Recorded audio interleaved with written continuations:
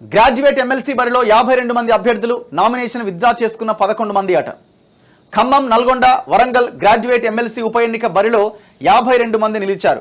నామినేషన్ల ఉపసంహరణకు చివరి రోజైన మంగళవారం 11 మంది తమ నామినేషన్లు విత్డ్రా చేసుకున్నారు. ఈ నెల 27వ తేదీన పోలింగ్ జరగబోతున్నది. వచ్చే నెల 5వ తేదీన కౌంటింగ్ నిర్వహిస్తారు. 12 జిల్లాల పరిధిలో జరగబోతున్న ఈ ఎన్నికలో 4,61,806 మంది గ్రాడ్యుయేట్లు తమ ఓటు హక్కును వినియోగించుకోబోతున్నారు.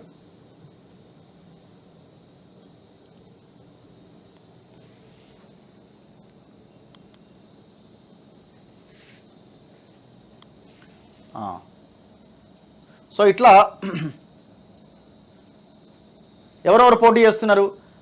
త్వరలో 3 ఉమ్మడి జిల్లాల పరిధిలోని సీఎం రేవంత్ రెడ్డి పర్యటించే అవకాశం ఉంది. బీఆర్ఎస్ నుంచి వరంగల్కు చెందిన రాకేష్ రెడ్డి, బీజేపీ నుంచి ప్రేమేందర్ రెడ్డి పోటీ చేస్తున్నారు.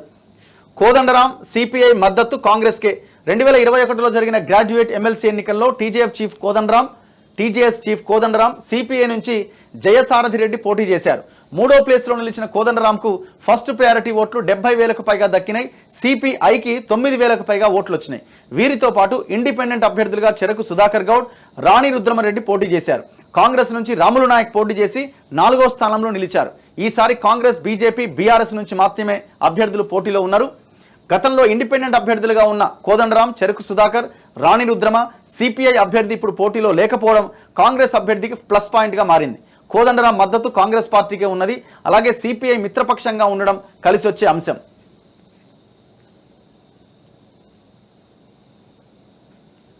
అండ్ దట్టు ఇక్కడ బేసిక్ పాయింట్ ఏమైపోయిందంటే నల్గొండ, ఖమ్మంలో కాంగ్రెస్ పార్టీ బలంగా ఉన్నది.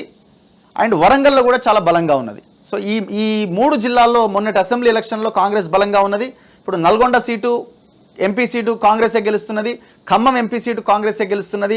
అండ్ వరంగల్ ఎంపీ సీటు కూడా కాంగ్రెస్ గెలవడానికి అవకాశాలు ఉన్నాయి, ఎక్కువగా ఉన్నాయి. అంటే లాస్ట్ నేరోగా గెలిచినా సో గెలవడానికి అవకాశాలు అక్కడ ఎక్కువగా ఉన్నాయి. దీంతో సో కాంగ్రెస్ కంచుకోటగా 3 జిల్లాలు ఉన్న ఈ పరిస్థితిలో తీన్మార్ మల్లన్న గెలవడానికి అవకాశాలు ఎక్కువగా ఉన్నాయి. ఆయన ఇండిపెండెంట్గా కూడా ఆయన కొంత బలంగా వర్కౌట్ చేసుకున్నారు.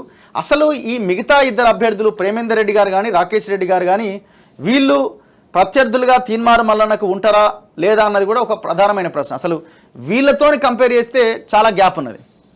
ఇంకొక వైపున ఇండిపెండెంట్గా పోటీ చేస్తున్నారు బక్కా జెట్సన్ గారు. ఆయన కూడా ఎప్పుడో డిసెంబర్ నుంచే ప్రచారం స్టార్ట్ చేసిండు. సో ఆయన కూడా బలంగా ప్రజల్లో తిరుగుతూ ఉన్నాడు. ఆయనకి నిర్మాణము, క్యాడర్ ఇవన్నీ లేకపోయినా పార్టీ ఆయన్ని బహిష్కరించిన ఆయన పట్ల ఉన్న ఒక సానుభూతి, సింపతి, ఆయన ఆ సిచ్యువేషన్లో ఉండి కూడా ప్రజల మధ్య ఉండి పోరాటం చేయడం, నిరుద్యోగుల పక్షాన మాట్లాడడం, ఉద్యోగాల విషయంలో మాట్లాడడం ఆయనకి కలిసి వచ్చే అంశాలుగా కనబడతా ఉన్నాయి. నేను అనుకోవడం ఈ బీఆర్ఎస్ ఈ అభ్యర్థుల కంటే కూడా వీళ్ళకే ఎక్కువ ఓట్లు వచ్చే అవకాశం కనబడతా ఉన్నది ఇండిపెండెంట్గా పోటీ చేసిన వాళ్ళకి. అండ్ అశోక్ గారు పోటీ చేస్తున్నారు. ఆయన కూడా నిరుద్యోగుల అంశం మీద గట్టిగా ఫైట్ చేసిండు. సో ఆయన కూడా నేనే గెలుస్తా అన్న ధీమాలో ఆయన ఉన్నాడు. సో ఇట్లా వాస్తవం పరిస్థితి మనకు కనబడతా ఉన్నది. సో ఏది ఏమైనా అల్టిమేట్గా మళ్ళీ దీంట్లో కూడా రాజకీయాలు ముడిపడి ఉంటాయి. దీంట్లో కూడా పార్టీ క్యాడర్ ఉంటుంది. సో దీంట్లో కూడా పార్టీలు, ప్రభుత్వం పనిచేస్తుంది. ఇప్పుడు ఎంప్లాయీస్ ఉన్నారు. ఎంప్లాయీస్ ప్రభుత్వానికి వ్యతిరేకంగా నిలబడి ఈ 5 నెలల సమయంలో వాళ్ళు ఓట్లేయడానికి అవకాశం ఉంటుంది అన్నది పెద్ద క్వశ్చన్ మార్క్. వాళ్ళే దాదాపు 1,00,000 మంది పైన ఉంటారు. ఇప్పుడు వాళ్ళకి 1వ తారీఖు జీతాలు వస్తున్నాయి. 317 జీవో మీద మేము ఆలోచిస్తాం, పరిశీలిస్తామని గవర్నమెంట్ చెప్తున్నారు. సో వాళ్ళు ప్రభుత్వానికి వ్యతిరేకంగా ఈ సమయంలో ఇంకొక 4.5 సంవత్సరాలు ఉండే గవర్నమెంట్కి వ్యతిరేకంగా నిర్ణయం తీసుకునే అవకాశం ఉందా? కొంత కష్టమే. సరే, కొంత నిరుద్యోగులు ఈ 46 జీవో కానీ, లేదు ఈ ఉద్యోగాల అంశం విషయంలో కానీ, జాబ్ క్యాలెండర్ విషయంలో కానీ కొంత వ్యతిరేకత ఉన్నప్పటికీ వాళ్ళు పూర్తి స్థాయి వ్యతిరేకతను ప్రదర్శించే అవకాశం ఉందా అంటే అది కూడా చెప్పలేం, కష్టమే. సో కాబట్టి అన్ని అంశాలు మల్లన్నకి అనుకూల అంశాలుగా కనబడతా ఉన్నాయి. ఆయన గెలవడానికి అవకాశాలు ఎక్కువగా ఉన్నాయి. సో గెలవడానికి అవకాశాలు కదా, ఆయనే గెలవబోతున్నారు అన్నది మనకు వాస్తవంగా కనిపిస్తూ ఉన్నది. ఆయన గతంలో ఒకసారి పోటీ చేసిండు, మొన్న పోటీ చేసిండు. చాలా ఈ ఎన్రోల్మెంట్లో కూడా ఆయన పాత్ర పెద్దదే. సో కాబట్టి ప్రతి ఓటర్కు సంబంధించిన సమాచారం కూడా వాళ్ళ దగ్గర ఉండి వాళ్ళు ముందు నుంచి కాంటాక్ట్లో ఉన్నారు. సో ఆ మల్లన్న గెలవడానికే 100% అవకాశం ఉందని అయితే నాకు అనిపిస్తూ ఉన్నది. ఇవన్నీ అంశాలు మనం పరిగణలోకి తీసుకోవాలి. మనం 1-2 పాయింట్స్ చుట్టే తిరగకూడదు.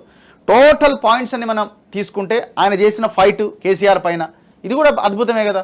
ఇప్పుడు స్టార్టింగ్లో ఎవరు క్వశ్చన్ చేయడం స్టార్ట్ చేసినారు? ఒక ప్రశ్న స్టార్ట్ అయింది, అది బలంగా ముందుకొచ్చింది. ఏమీ లేని సమయంలో ఆయన ఒక ఛానల్ ద్వారా ఆయన క్వశ్చన్ చేయడం స్టార్ట్ చేసిన అప్పుడైతే ఎవరు లేరు కదా. ఆ తర్వాత ఇంకా చాలామంది మాలాంటి వాళ్ళం వచ్చినాం. కానీ ముందైతే ఆయన చేసిన పనికి మనం హ్యాట్స్ ఆఫ్ చెప్పాల్సిందే.